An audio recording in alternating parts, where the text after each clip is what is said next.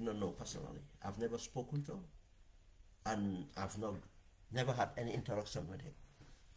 But I have followed his development.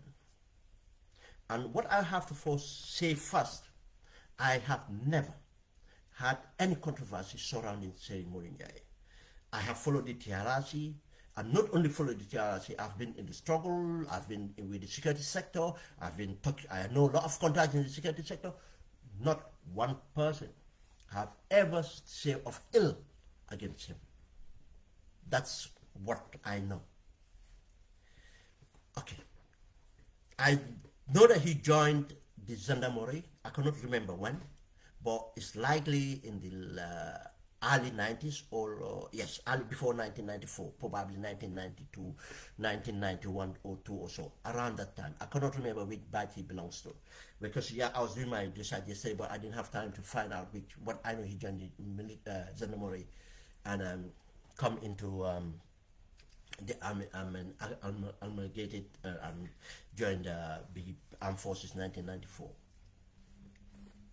As I said, I've never had this. Operation effectiveness, I think he has been very effective. That again, I've never had that he's a useless person, he's a coward or anything else. He has been effective. That's what I heard about him. Again, but I always have a caution in personal development of people on the journey. Because two things is, most people are rapidly than promoted.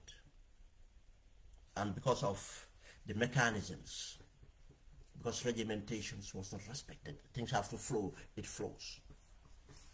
And people can acquire ranks which technically they don't have what it takes to be. those just generals, and I don't think they have what it takes to do. They are not seasonal in what they do. But they don't mean that they are not good. That doesn't mean that they don't have competencies or so on. But I said the competencies might be exaggerated, positions might be not fitting their competencies and so on. Because again, the promotions to, and that's not only for the army. I'm saying even every civil service. Look at the civil service. You have permanent secretaries because they, but look at them. Equality is different. 1989. Thank you. Okay, thank you. 1989. Okay, 1989. He joined in 1989. Then I know the badge he belongs in. Yeah, like that. I mean, operationally, he's effective. He's wherever he's been, he have done his job. Let's put it that way. And again, there's another measure I do take on people. He have been on to become Jammeh's state guard commander. And again, I have heard from Alaji Sise, I have heard from testimonies from the TRRC, and all of them have, when they spoke about him, they spoke about his professional behavior in that. I have heard many people who have not testified at the TRRC but have said things, stories have come out in the media. And wherever he's been mentioned professionally. He's been mentioned professionally. That's I know about. And another thing, gauge I take from people, that's why whenever I talk about my brother Asansar, not because of he's my brother, but because of, again, I have known a track record of Asansar.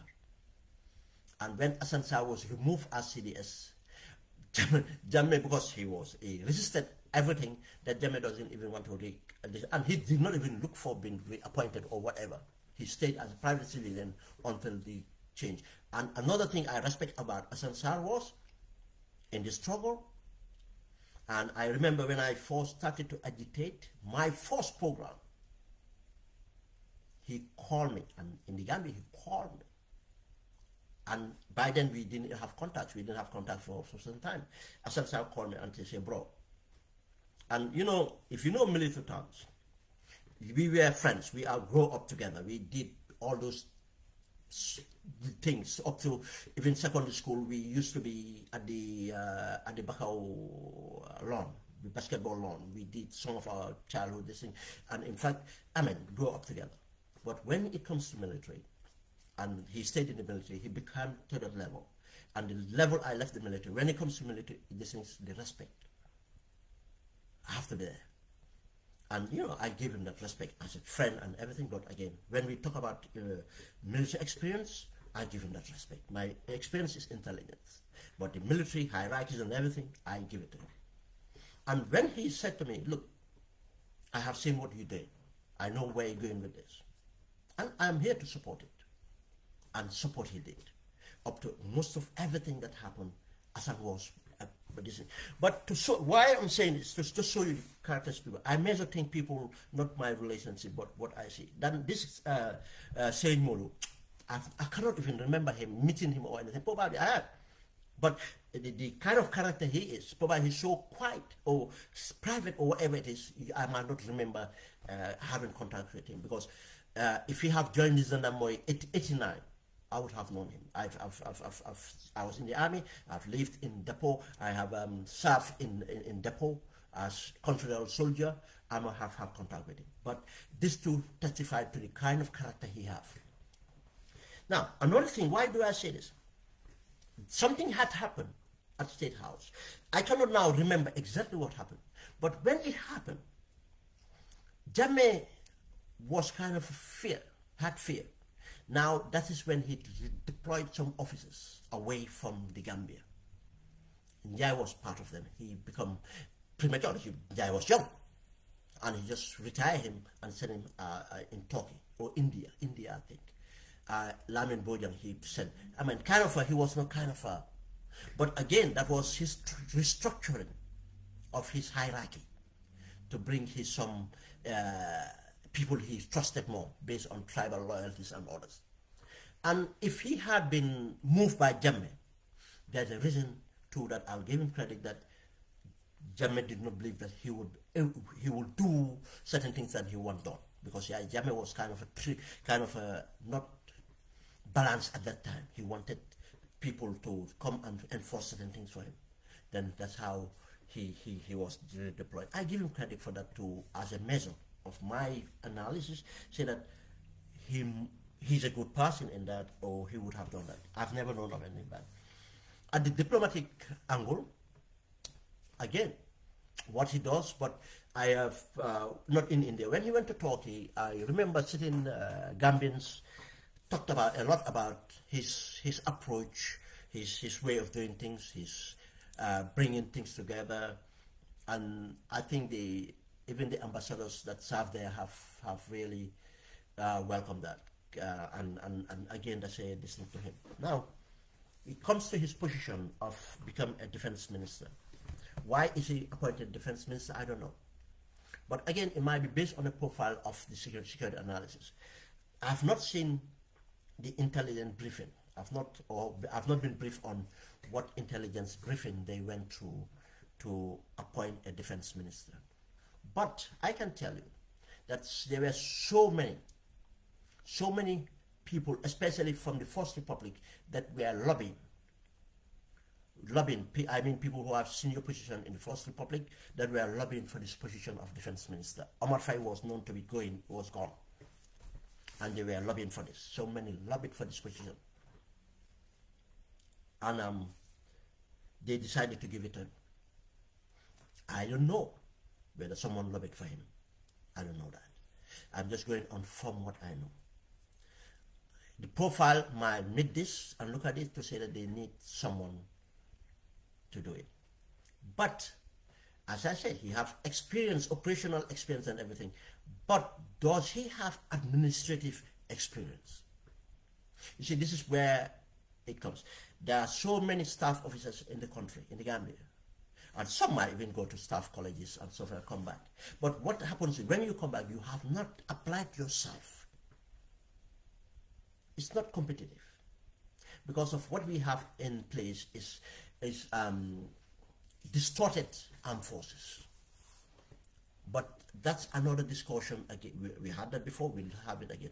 And again, it's not an attack on the men and women of the armed forces. I'm talking institutional wise. What we have as an armed forces is not answering to our security threats or needs. I'm not saying that we don't have capable people out there. I say that we are not structured right. We are distorted. We are concentrating on so much of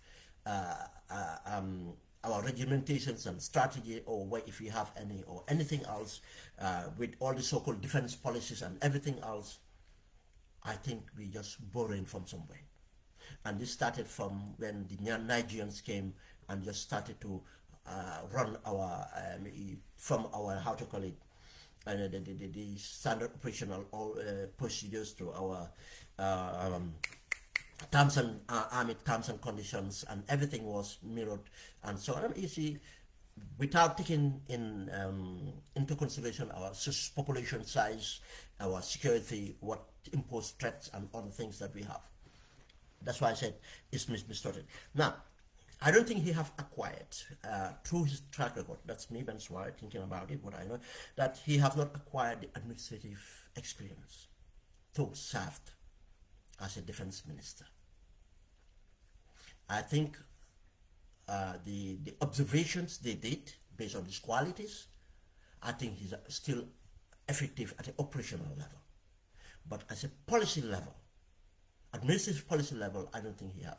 And I want to tell this to Gambians, we don't necessarily have a soldier as a defense minister. No. It's a policy and administrative experience. It's, yes, if you have that experience, you will need the expertise of soldiers to implement. That's why operationals are soldiers. And to say that you don't have the administrative and policy, that you'll be effective because of other things, no. I don't think that would be wrong. Now, he doesn't have it because there are a lot of things. The leadership here, as a policy appointee at the cabinet level, policy and administration is what? To advise government on the restructuring and the reforms of the armed forces. And not only that, and then our defense policy and this defense strategies. this is the advice that you're going to do. You are not drawing it out. But if you don't understand it, or able to understand it, or able to implement it, to draw that policy or be part of that policy advisors, I think you are not fit to be there. But again, saying that, there's a hope here. He is, I think he's better than Omar Faye, because personality wise he's not political, as I know, until it changed. He's not political, and he has many qualities that Omar did not have. And I don't know intellectual rigor, I don't know him of that things, but one thing I know too, which Omar have, is the interpersonal skills. But Omar's interpersonal skills are not sincere. He does it in order to, it's not natural. He does it in order to manipulate situations. And when you do that, it's treacherous, because it just creates a lot of these things. I think if you have those skills and this thing, you have to be genuine with it. I believe what I have seen through his track record, what I heard and looked at, I think genuinely, if he meant well, he can use that interpersonal skills and to fill in some of the inadequacies or lacks he have, weaknesses he have, and turn it by using people or working with people to deliver. Depends on the permanent sectors and other things to deliver. And his interpersonal relationship will come to the command. But again, it's sincerity that you are looking at things and advising the president on the right thing. And one thing I like is they have struck a balance now, because I know there are tribal. We have a tribal problem in that armed forces, and I think he would strike the balance, because he, according to what I find out, again, he is kind of very respected by across the board. I think he is in a position to do justice where he is in that. What I say, approval, I am hopeful. But again, Barrow would be the challenge. Now, if Barrow goes out and appoint CDS, deputy CDS, because I tell you,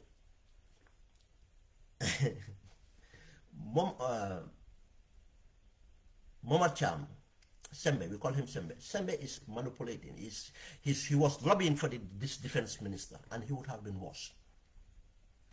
But now he is lobbying to replace, so that Drame can go. I'm not going to talk reason why Barrow want to change Drame. He might not do it, but I know there's a lot of pressures, and some of them are based just on infighting.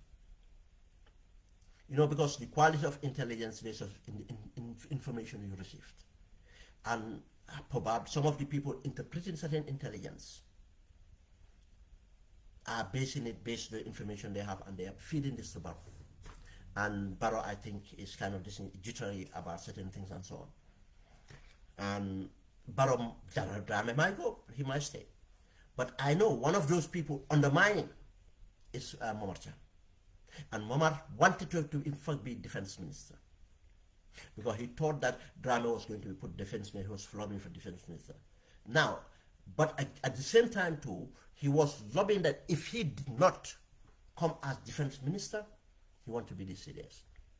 And he is in cahoot with Turo Jawne, and Turo will be his deputy.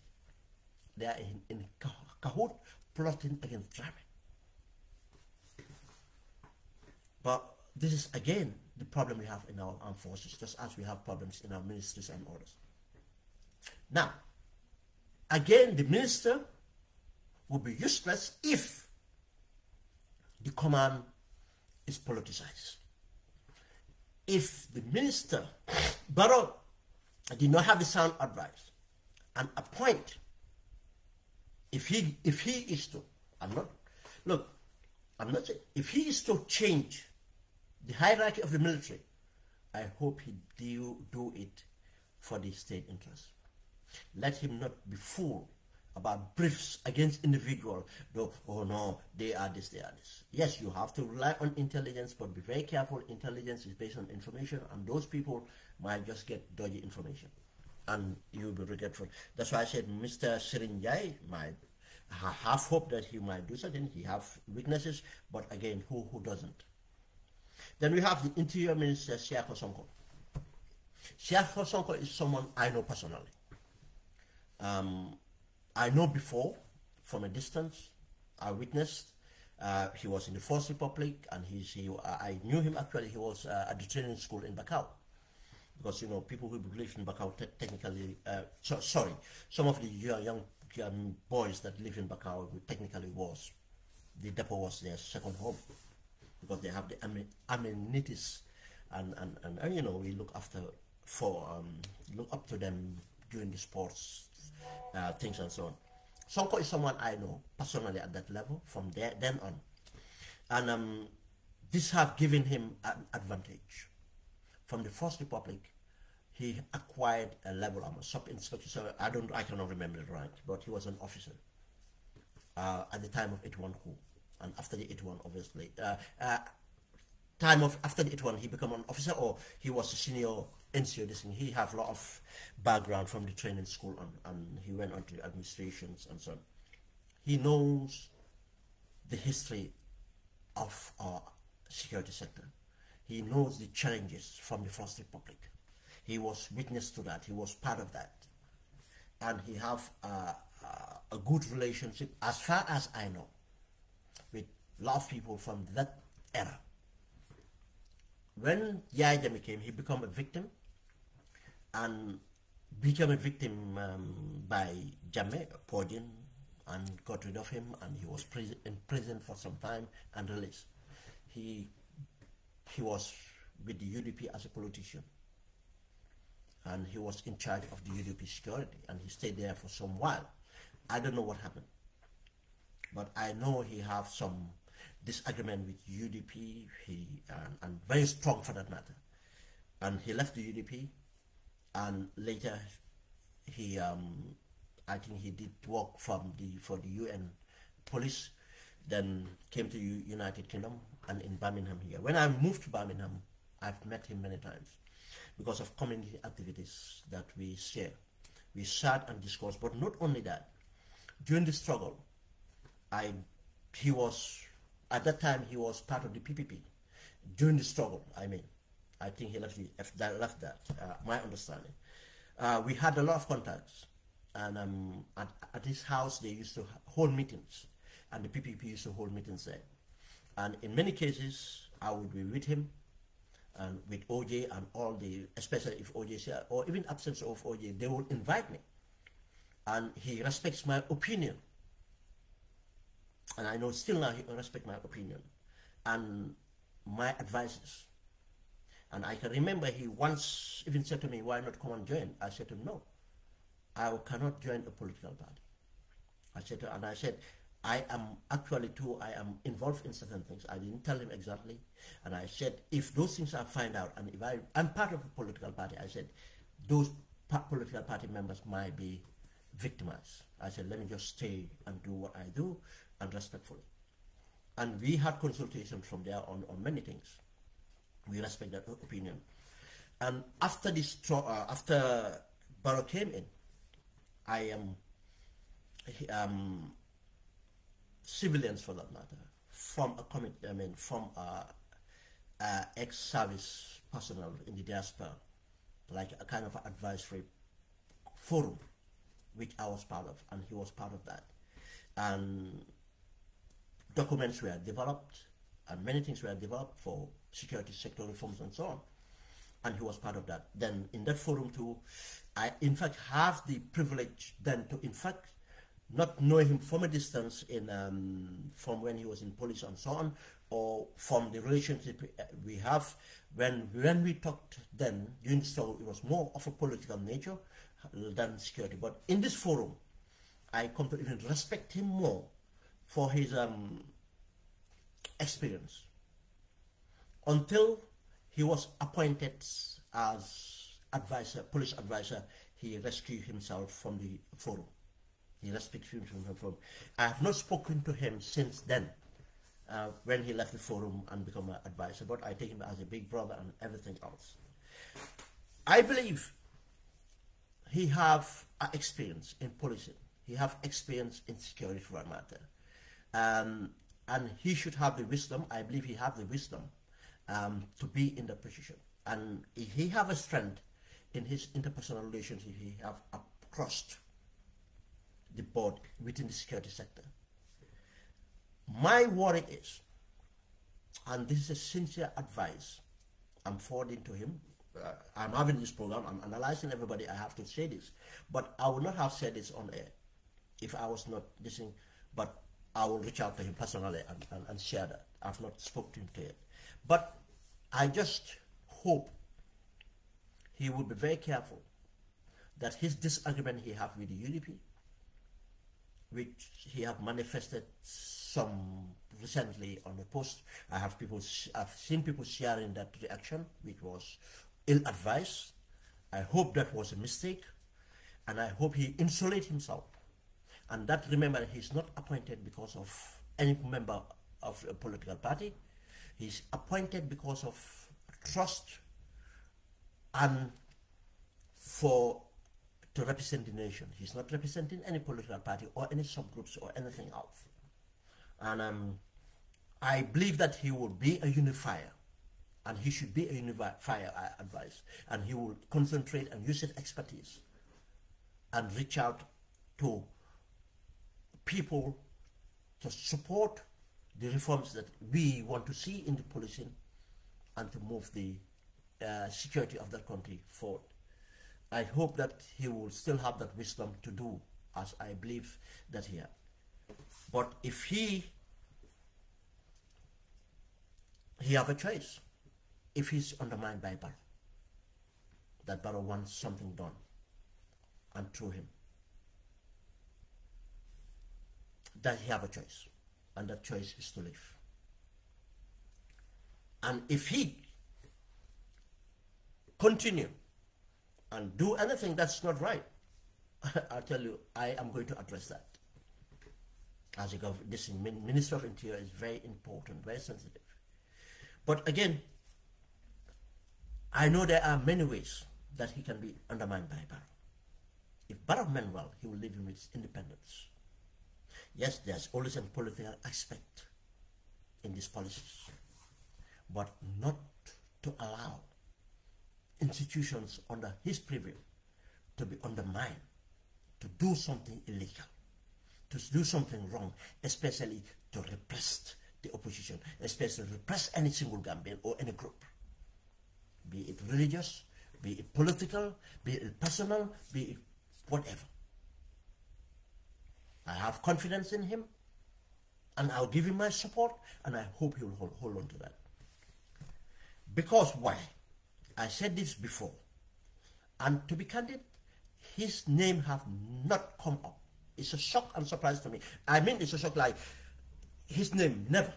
I have had many names lobbying for that position. I've never heard of Siaka Sonko's name, Interior. No. I've not had that. But what I said is, I had, and this have been collaborated, Barrow have said that the IGP was soft and kind of he was not happy with the Yankuba Sonko in certain aspects, that Yankuba was kind of a massacres. I hope Barrow is not expecting Siaka to do that for him. That's why I am very much emphasizing on Koto Siaka to be very careful that that's not what Barrow wants from him, but that's for him to see and do. That goes for the same IGP. He said the IGP is soft. And I tell you, based on that, some people, in fact, they did not have evidence of lobbying. People I talked to, they are telling me that probably the IGP might be moved to Interior as minister, because he's a friend of Barrow, he's okay with Barrow. But Barrow is not happy for him being IGP because he kind of consulted Barrow. I said no. But if Barrow is perceiving himself there, Barrow doesn't want him as Interior. But the guy said, no, but always you can bypass the interior and get to the operational guys. That's mean the IGP, and get things done. I said, you are right. But let's see. But if he's to remove them, be surprised. And one of the people in the frame is Jesus. I'm not saying what's in the frame. I'm not saying that it's going to happen.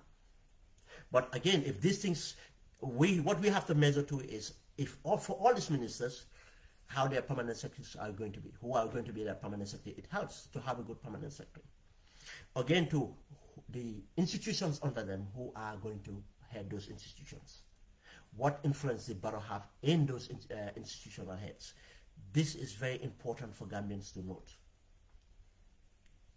That's why I think the borough is the problem. And again, not only borough too, if you are given position to, we'll hold you accountable for that. We'll not only blame borough, but we'll hold you as a minister. That's why I said 𝐶𝐢𝐬𝐬𝐜𝐿 have a scope, and I hope he will do it the right way. Then we come to my brother Hamad 𝐴𝐵𝐴, tourism culture. You see, this is why I said borough doesn't know how to deal with opportunists. Borough has not changed, and borough is not looking to the progress of the country. Again, my PPP government, which I was very critical of, and I'm still critical of because some of the malpractice and mistakes they committed, but I credited and hold in high esteem right now because of the education I have and understand how much they achieved, how much they did for country, where the country was and where they put the country, but due to their malpractice and especially at the latter part and mistakes, but that's what we had. But again, why do I credit? Why do I raise the? I'm so tired. I'm having a bad shoulder, but I have to stay on. Just a minute. Why am I crediting the PPP in this point? Tourism was introduced in the PPP era. Many narrative. People say by default. This very popular this thing that what's his name, Batty Harding, the person name after the road, was taking tourists to Catskillen or somewhere and happened to see the Gambia and land there and how tourism. I have a different narrative. I'm not challenging the experts on that. I might challenge them. I'm still waiting to do my composition and write things. Before that, I have seen tourism in the Gambia, and that tourism was around Bakau. And there's a hotel called Rivera Hotel, and I think Rivera Hotel was before this Batty Harding kind of story coming out. Rivera Hotel was run by a Lebanese family from Baalbek, and you know where hotel by the depot, where Topaz Garden Hotel is, just before Amadou Samba's compound. That compound there, and their father was running there as a hotel, boutique hotel. I call it boutique hotel, apartments, you know, kind of things. They used to have tourists, mainly French. They come to Senegal on a coach, and they go to Rivera Hotel. I don't know how it started. You see, that's why we need to do a research even to establish that, and I want to do that. To find out what I'm not doing it for tourism, I'm doing it for Bakau. I want to do research on Bakau to understand why this thing, how did it come about. I hope God will give me the ability to do that. The Rivera Hotel, that's where they used to come on a day. I forgot what day it is, and you know that's how bombing started in Bakau. Rivera Hotel, and even tourism was there, but the Batty Harding too is true. This thing, but it depends which predates each other or how it impacts. But Batty Harding probably impacted budget tourism or whatever kind of other tourism they talk about, but there was tourism before. Now, what the PPP did was, with this, they opened an enabling environment as a government. And that enabling environment include even the introduction of Julbro. Because if you understand the hotels making money, part of it is through beverage, and it's the profit margins and other things, you know, and it helps. It will help to serve as a stimulus. the Julbru came into it. But later part, and they started upon a tourism policy and so on and so on.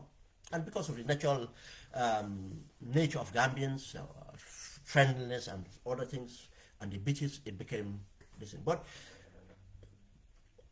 they did something else. And that was part of PPP development programs. Because we used to have agriculture and re-export trade too.